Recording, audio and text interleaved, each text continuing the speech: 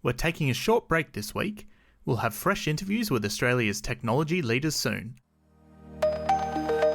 This is a continuing part of the CXO Challenge by itnews.com.au. I'm your host, Justin Hendry, Deputy Editor of IT News. On the show this week, we talked to Covermore Chief Information Officer Nicki Doble about the travel insurer's consolidation of IT operations during the pandemic. Nicki is spearheading the consolidation to standardise the different systems and business products used by the company's individual regional businesses operating in 15 countries. Thank you very much for taking out some time to have a chat about what you guys have been doing over the last year or so. I guess to kick off, I really want to get an idea of the project. It seems like quite a wild ride during COVID.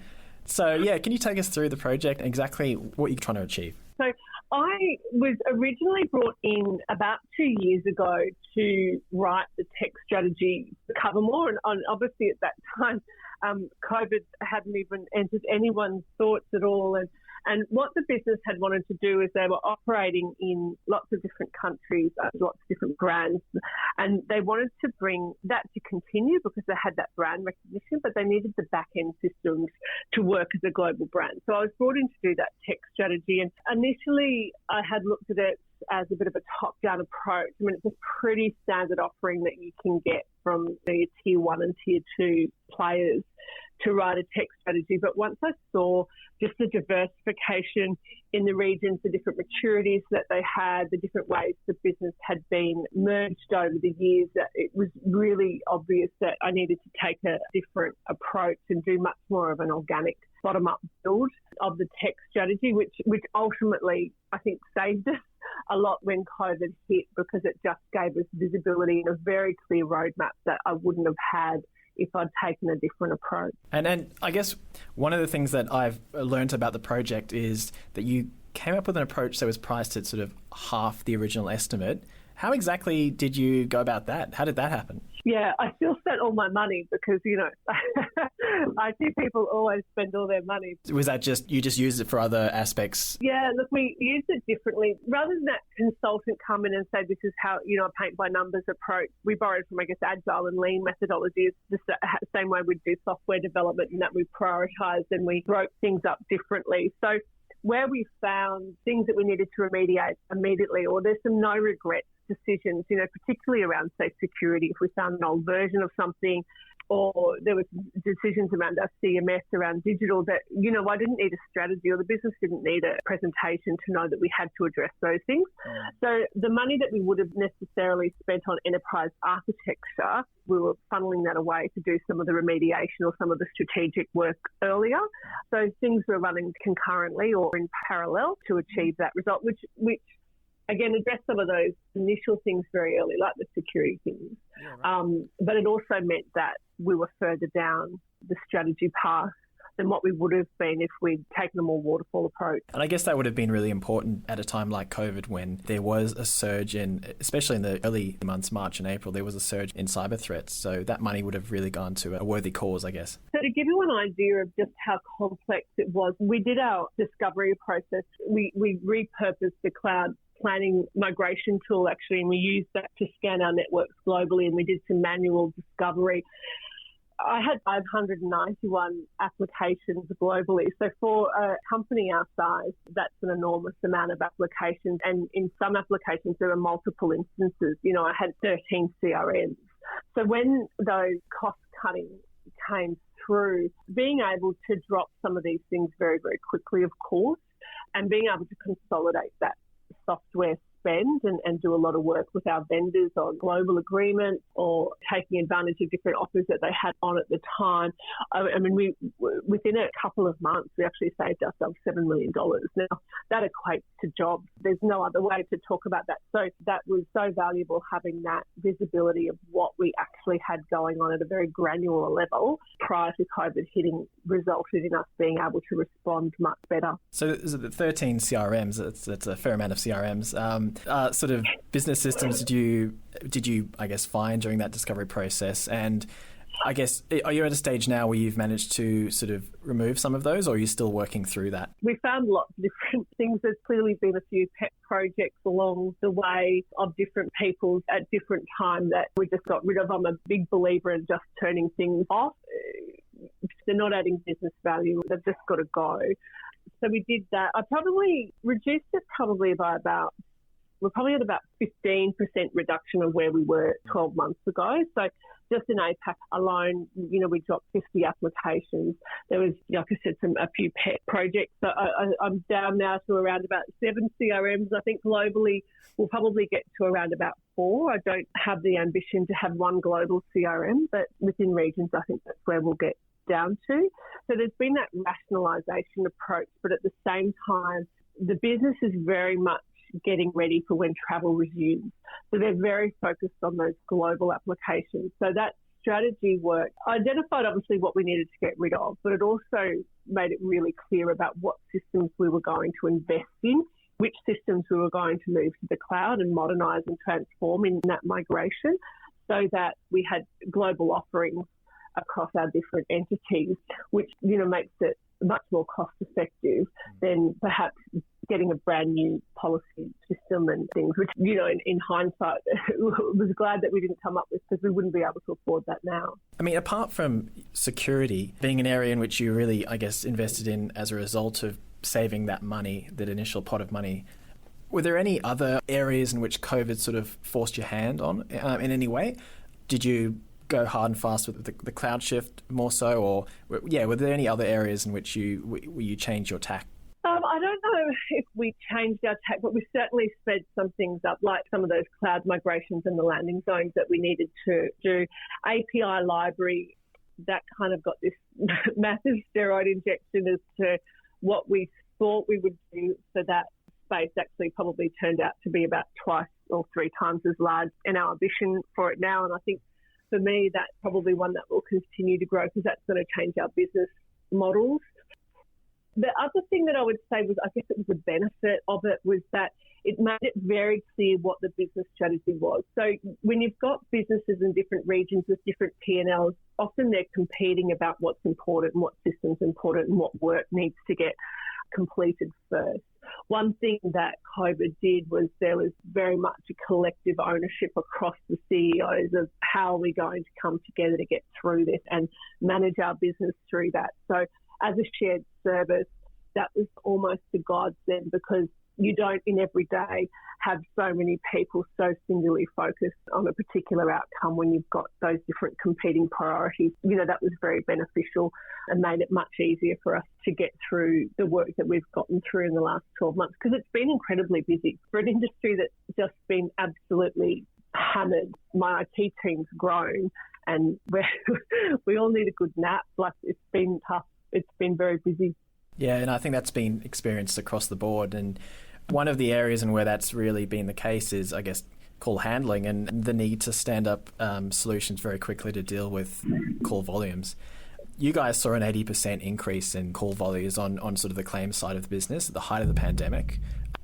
What did you do to handle this surge? Did you implement any new solutions at all?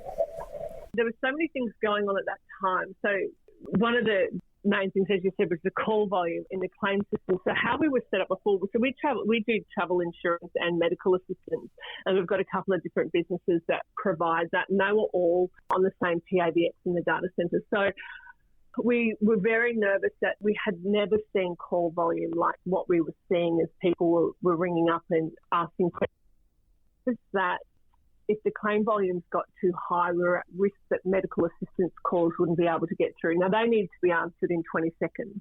They're important to get answered. So I think we ended up doing it in 4 days, because we tried to get our SIP channels increased, but of course everyone else was doing the same thing. So we ended up moving, in a course of 4 days, our claims call centre out to AWS Connect with a really complicated IVR. So the telephony guys, I don't think slept for those 4 days, but we got it out there. And that was really good, because we knew that our business was going to come back down. Like, we lost 95% of our revenue in 30 days. This is all happening at the same time. So we knew that we couldn't go and buy something big and expensive, because we knew in 2 months' time we were going to be cutting back costs, or actually in less than 2 months' time. So those sorts of cloud solutions were very good, because it gave us the ability to scale to meet the demand that we needed to at the time, because we still had to meet customers' expectations. And then when the business tapered off, we were able to then bring that back in and then move to what our global solution was, and we moved all entities across towards that path afterwards, yeah. What are you looking to now in 2021? What are some of the areas that you'll be progressing in this IT strategy of yours, and particularly around the core system integration and cloud adoption?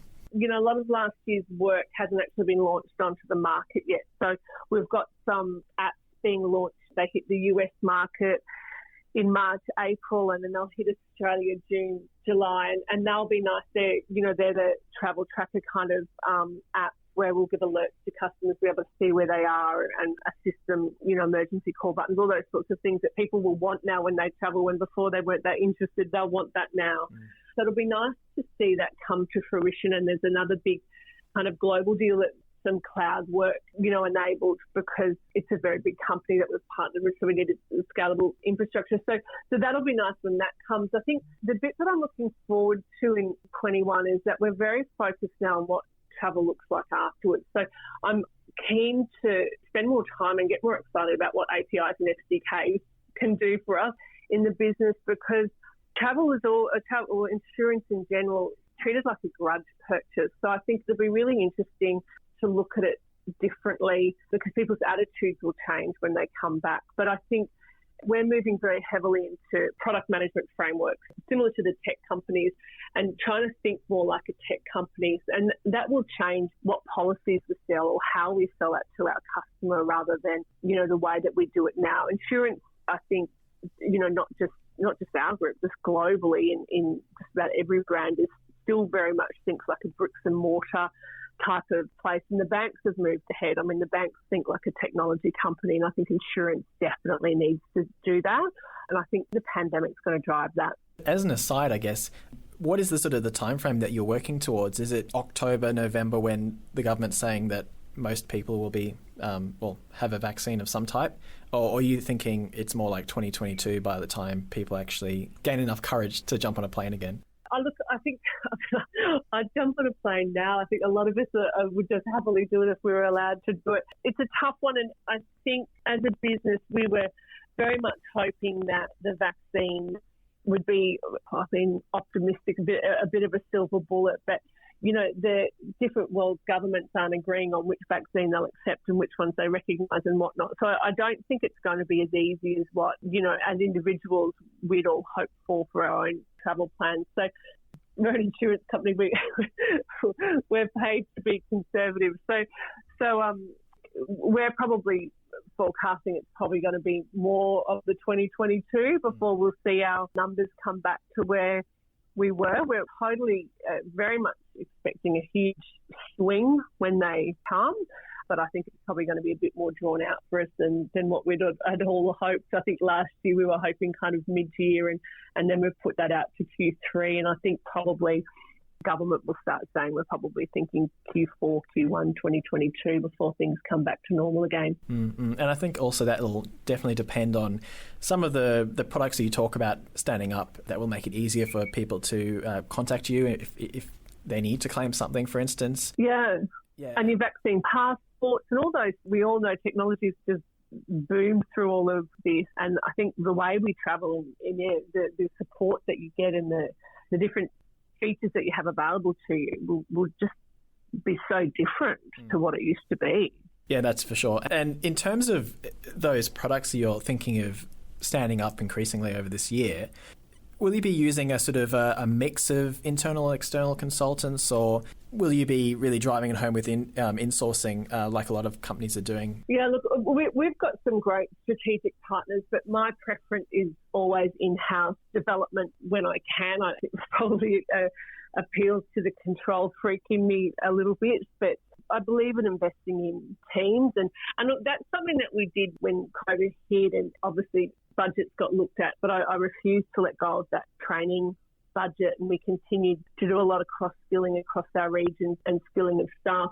And that's paid off now, because anyone in tech will tell you trying to pick up a full stack dev or trying to get an Android developer right now is, so difficult, because everybody's moving into digitization. So I'll continue to invest in our staff and doing things in-house, because it builds their skills, because that's going to give me the retention that I need to continue to be competitive, because, markets for those sorts of developers and cyber and privacy, that demand's not going to decrease in the short term. So, when you've got skilled workers, you really need to hold on to them and make sure that they're valued, and you're going to continue to invest in their development. And then, bring in specialists when you need to, but certainly try and do it in-house first if you've got the skill set. I guess there's a parting question. I want to know if you'd known something at the beginning of COVID, and also, I guess, before you started the consolidation of your IT operations,